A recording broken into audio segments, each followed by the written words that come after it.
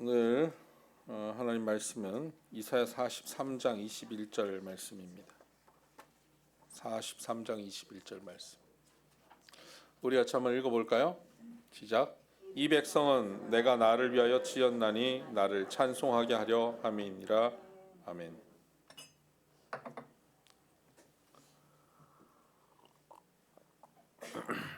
지난주 주보에 나간 본문과 설교 제목이 또 나왔죠.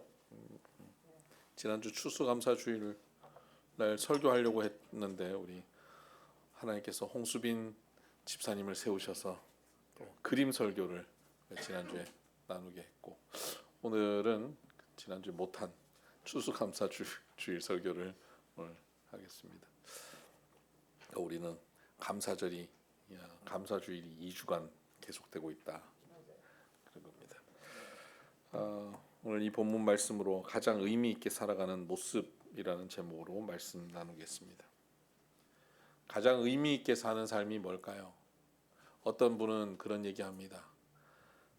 나는 이제 퇴직하고 돈도 못 벌고 난 아무 살 의미가 없습니다, 이런 얘기하는 분들 간혹 있습니다.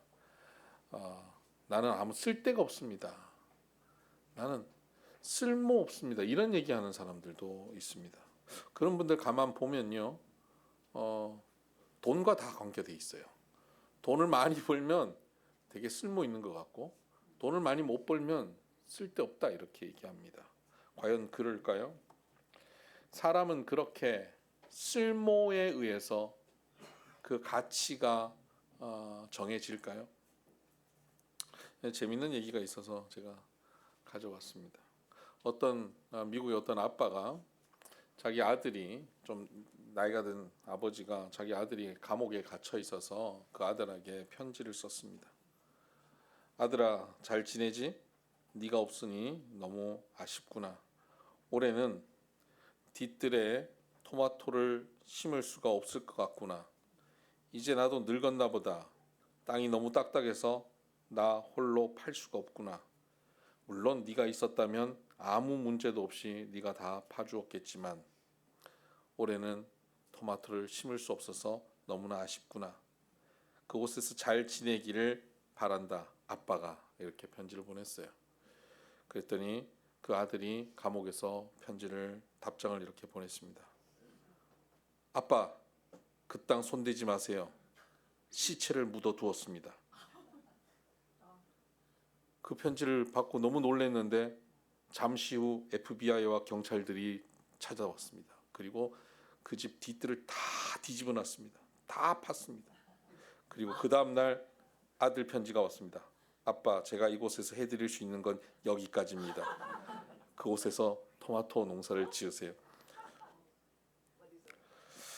네, 아주 쓸모 있는 아들이죠. 여러분, 쓸모라는 게 이런 걸까요? 이렇게 뭔가를 해내는 것, 이게 쓸모입니까? 어떤 존재는 그 쓸모가 없으면 쓰레기가 됩니다. 마이크가 마이크의 기능을 잃어버리면, 소리를 증폭시키는 기능을 잃어버리면 마이크는 더 이상 쓸모가 없습니다. 이건 재활용 쓰레기로 버려집니다. 컵이 물을 담아야 되는데 물이 구멍이 나서 옆에 깨져서 흐른다면 컵의 기능을 상실합니다. 쓸모가 없는 것이죠. 이것의 존재는 존재의 목적을 달성할 때 존재의 가치가 있는 것입니다. 모든 존재는 존재의 목적이 있고 존재의 목적을 이룰 때 그 존재가 가치 있는 것이죠. 그러면 사람의 존재의 목적이 뭡니까? 사람의 존재의 목적이 돈 버는 것이 목적이라면 돈 못 벌 때 쓸모없다라고 말하는 게 맞고, 내가 아무 일도 안 하고 있다라고 하는 말이 맞습니다. 집에서 애 보고 있으면 나는 아무것도 안 해요, 집에서 애 봅니다라고 하는 말이 맞아요. 그런데 우리 사람의 존재가 돈 버는 것이 존재의 목적이 아니기 때문에 그렇게 말할 수 없는 것입니다. 사람의 존재는 존재의 목적이 있습니다. 그 존재의 목적을 이사야 43장 21절에는 이 백성은 내가 나를 위하여 지었나니, 목적이 있다는 겁니다. 나를 위해서, 하나님을 위해서 지었다는 거예요. 하나님을 위해서 뭐 하라고요? 돈 벌으라고 지으신 게 아니에요. 나를 찬송하게 하려 함이니라. 하나님을 찬송하게 하는 것이 우리의 존재의 목적입니다. 그러면 우리가 이 땅을 살아가며 이 존재의 목적대로 살 때 우리는 가치 있는 것입니다. 아무리 세상에서 돈을 많이 벌고 세상에서 권력을 갖고 있고 인기를 누리고 명예를 가진다 할지라도 하나님의 존재의 목적, 하나님을 찬송하지 않는 삶을 산다면 가치가 없는 겁니다. 목적을 달성하지 않으면, 목적 없이 살아가면 가치를 상실해서 쓰레기가 되듯 우리가 쓰레기 같은 인생을 살게 될 수밖에 없다는 것입니다. 남들은 화려하다, 대단한 걸 이루었다, 모든 것을 이루었다, 나는 대단히 쓸모있는 인간이라고 생각하지만 하나님의 관점에서는 그렇지 않습니다. 하나님의 관점에서는 쓸모없다라고 말씀하시는 겁니다. 목적을 이루지 못하는 겁니다. 목적은 뭡니까? 찬송입니다. 찬송이 뭐죠? 하나님께 감사할 줄 아는 것입니다. 하나님께 감사의 찬양을 드리는 삶, 이 한 해를 돌아보며 하나님께 감사의 찬양을 드리는 삶을 살아가는 사람이 존재의 가치를 온전히 가지는 삶입니다. 그렇다면 우리는 이 한 해를 돌아보면서 우리의 찬양이, 우리의 감사의 찬양이 어떤 찬양이어야 될까? 제가 세 가지의 찬양, 감사의 찬양을 말씀드리려 합니다. 그 첫 번째는 우리 존재는 감탄의 찬양을 드려야 합니다. 리액션입니다.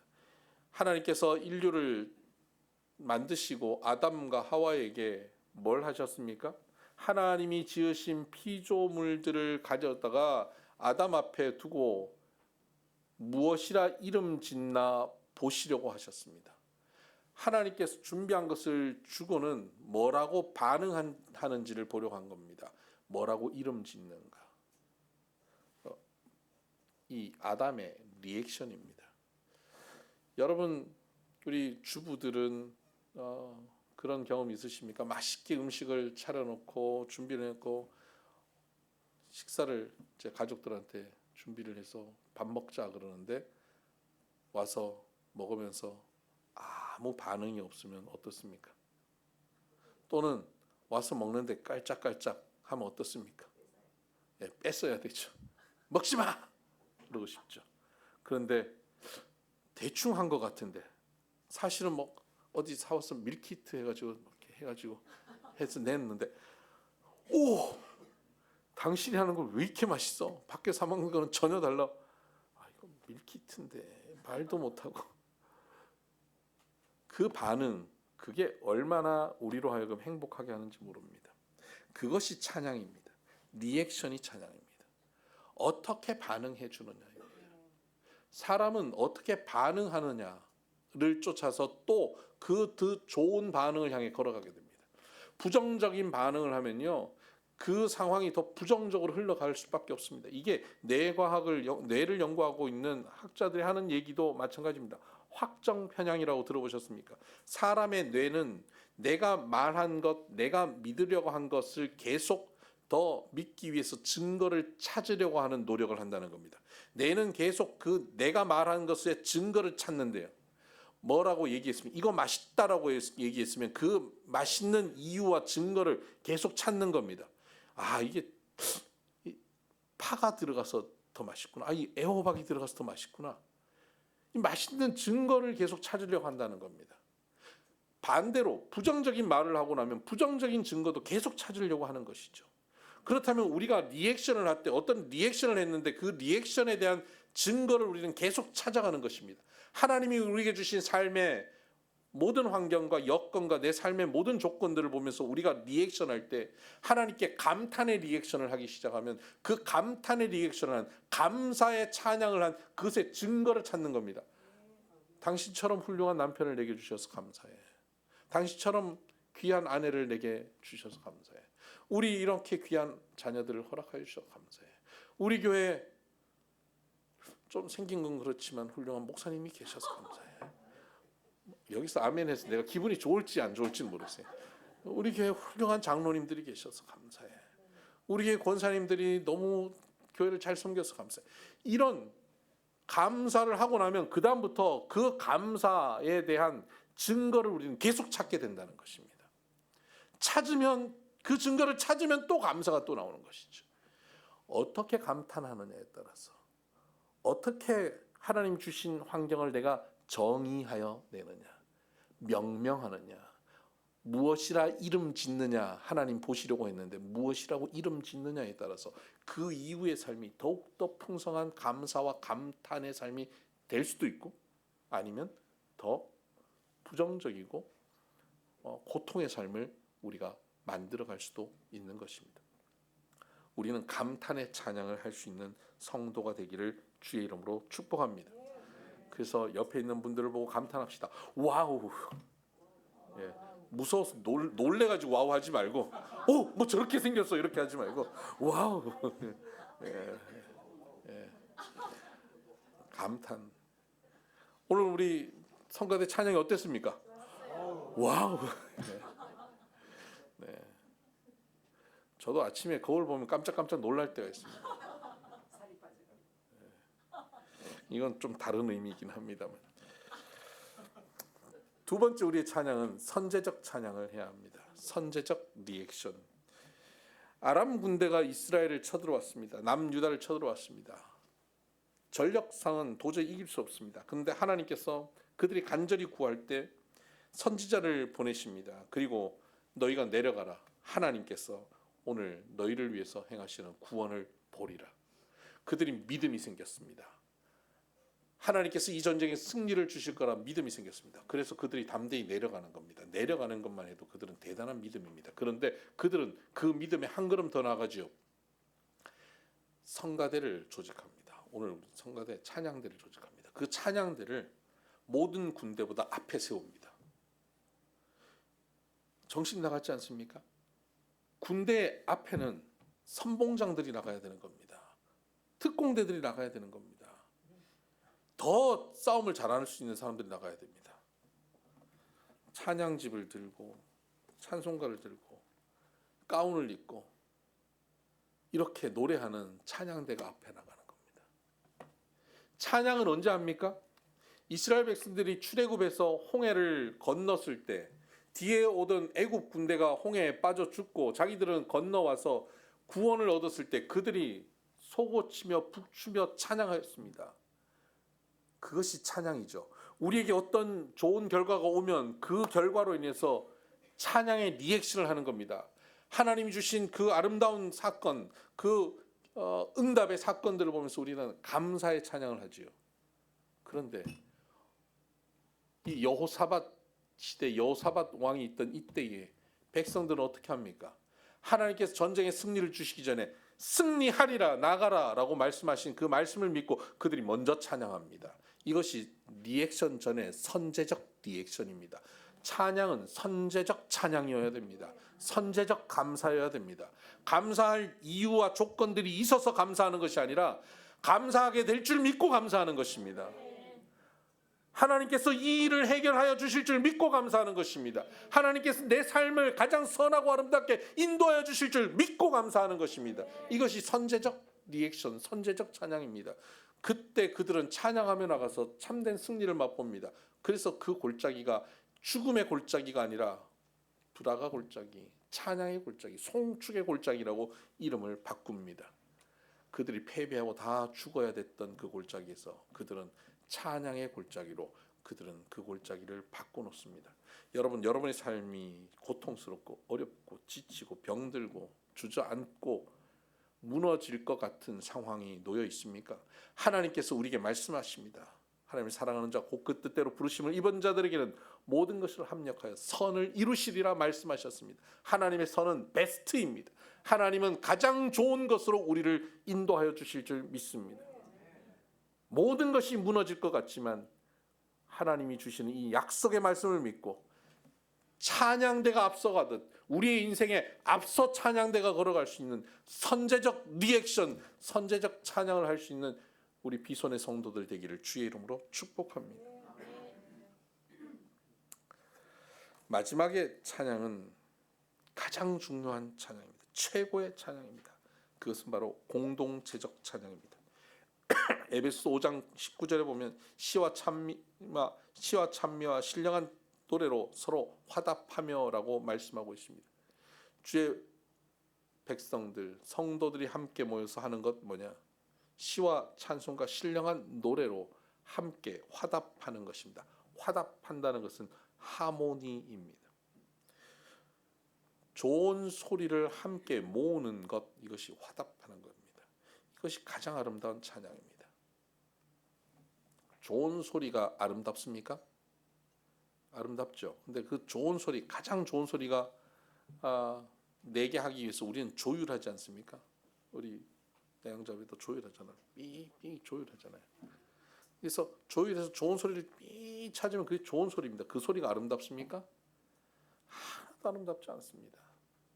여러분 오케스트라 연주하는데 가보셨나요? 오케스트라 연주하기 전에 지휘자가 나오기 전에 전부 다 삐삐삐삐 자기의 좋은 소리를 찾고 있어요.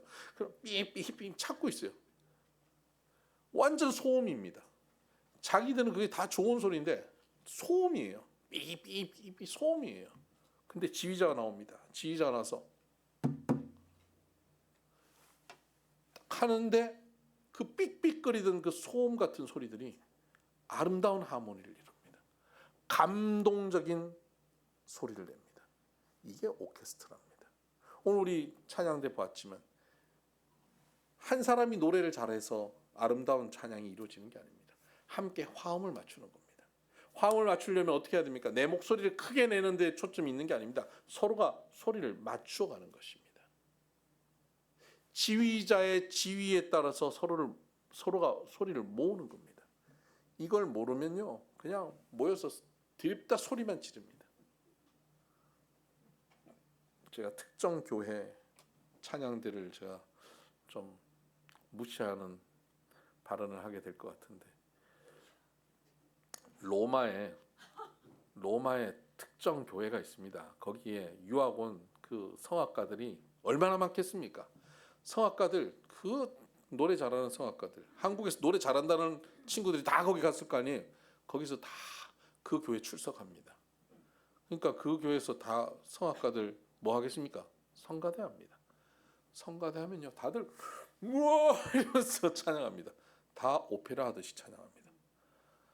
어떤 분은 와, 훌륭하다 그러는데 저는 못 들어주겠어요. 각자 다 자기 목소리만 뽐내고 있습니다. 그건 아름다운 하모니가 아닙니다. 소음입니다. 우리가 최고의 찬양, 최고의 감사의 찬양은 어떤 거냐? 나만 감사하고 나만 하나님께 찬양하고 나만 간증하고 이게 아닙니다. 서로가 서로를 배려하며 하나님께 찬양하는 것입니다. 어떤 교회는요, 간증이 넘쳐요. 맨날 간증이 넘쳐요. 근데 가만 보면 하나님이 나한테 이렇게 해주셨어, 저렇게 해주셨어 하는데 그 얘기를 들으면 저 사람은 상처를 받을 얘기일 수도 있어요. 나한테는 이렇게 했는데 저 사람한테는 그렇게 안 했어. 왜 안 했어? 나는 이렇게 기도 열심히 했거든. 너는 안 했잖아. 이거예요. 그래서 교회에서 자기의 찬송해요. 자기의 간증을 해요. 감사를 해요. 그런데 그냥 자기의 간증과 감사를 막 소리 높여서 하다 보면 상대방에게 깊은 상처를 줄 수도 있다는 거예요. 또 어떻게 해야 됩니까? 상대를 배려하고 존중하면서 그것을 톤 다운 시킬 필요가 있어요. 간증을 없애라는 게 아니에요. 그것을 톤 다운 시켜서 그것을 같이 소리를 맞춰가는, 화음을 맞춰가야 할 필요가 있는 것입니다. 이것이 성숙한 공동체입니다. 이것이 아름다운 공동체의 모습이죠. 이렇게 될 때 우리는 아름다운 화음을 내게 되는 겁니다. 교회에서 우리는 각자 신앙생활한 경험들이 달라요. 성경에 대한 지식도 달라요. 또 사회적인 어떤 경험들도 다릅니다. 배움도 다 달라요. 가진 것도 다릅니다. 사회적 위치도 다 달라요. 그래서 와서 각자의 목소리를 내기 시작하면 소음이 됩니다. 어떻게 해야 됩니까? 서로가 서로를 배려하고 존중해야 됩니다. 그래서 교회 안에서 정말 하지 말아야 될 게 뭡니까? 가르치려 드는 걸 하지 말아야 됩니다. 다른 사람들한테 이래라 저래라 하는 거 말아야 됩니다. 그건 누가 합니까? 담임 목사가 설교 시간에 합니다. 저도 설교단 내려가고 여러분들한테 함부로 안 합니다. 눈치 봅니다. 설교 시간에 하는 겁니다. 하나님의 말씀을 선포하면서 그거 합니다. 제가 이렇게 설교하고 이렇게 해라 저렇게 해라 했는데 이제 삶 속에서 그 반대된 모습을 보면 제가 어떻게 할까요? 아유, 잘하십니다. 이러고 칭찬합니다. 배려하는 겁니다. 그럼 어떤 걸 하지 말은 가르치는 건 어떤 게 가르치는 걸까? 여러분 이 설교를 듣고 교회 안에서 뭔가 얘기를 딱 하려고 하는데 이거 얘기해도 되나? 목사님 오늘 설교 시간에 걸린다? 그건 안 하는 거예요. 약간 걸린다 싶으면 안 하면 돼요. 이거 해도 되나? 그걸 하지 마세요. 그러면 은혜로운 공동체가 되는 겁니다. 그러면 우리 공동체는 아무 말이 없겠는데요? 침묵? 그렇죠. 어떨 때는 침묵이 될 수 있습니다. 아무 말이 없을 수 있습니다. 여러분 성숙한 부부가 어떻게 되는지 아세요? 말이 없어도 평안한 부부입니다. 말 없이 밥 먹는데 평안하고 화목한 모습이 있는 것. 성숙한 부부 노인이 손잡고 아무 말 없이 걸어가고 하루를 보내면서도 아무 말 없이 보내는데 그 속에 사랑이 넘쳐나는 모습이 보이지 않습니까? 그것이 성숙한 겁니다. 교회가 이런 공동체가 되길 바랍니다. 그렇다고 이따 줄기 모임할 때 난 오늘부터 아무 말도 안 해야지. 뭘 할 수 있습니까? 상대를 칭찬하고 격려하고 인정하는 겁니다. 상대가 뭐라고 했다 그러면 잘했다고 용납해 주는 겁니다. 상대를 뜯어 고치지 마세요. 뜯어 고치려고 해 본들 안 고쳐집니다. 왜요? 여러분의 자녀도 여러분이 못 고치잖아요. 그런데 어떻게 남의 자녀를 고칩니까? 그렇죠? 여러분 남편도 여러분 못 고치셨잖아요. 어떻게 남의 남편을 고칩니까? 못 고칩니다. 못 고친다. 그냥 그대로 좋다. 그대로 하나님께서 좋다라고 인정하신 겁니다. 그대로 인정하고 살아가는 겁니다. 그때 우리는 화목한 공동체, 아름다운 소리를 내는 공동체의 찬양을 하게 되는 겁니다. 우리 비손의 공동체가 이런 아름다운 목소리를 내는 화목한 공동체의 찬양을 할 수 있게 되기를 바랍니다. 하나님 주시는 한 해의 삶을 돌아보며 하나님께 감탄의 찬양, 리액션의 감사의 찬양을 하고 말씀 앞에서 선제적 리액션을 해내며 또 가정에서 교회에서 아름다운 하모니를 이루어 화목한 화음을 이루어내는 우리 비손의 성도들 되기를 주의 이름으로 축복합니다. 기도하십시다.